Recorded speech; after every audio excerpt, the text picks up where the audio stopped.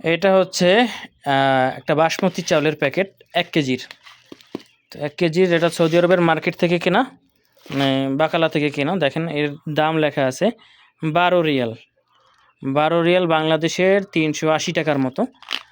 তো আমি যখন কুরবানিতে বাংলাদেশে ছিলাম তখন এরকম বাসমতি চাউল কিনছি, তো ৪৬০ টাকা কেজি নিছে। অথচ দেখেন সৌদি আরবে কিন্তু কোনো ধরনের চাল উৎপাদন হয় না, তারপরেও মাশাল্লাহ চালের কিন্তু দাম বাংলাদেশের থেকে অনেকটাই কম।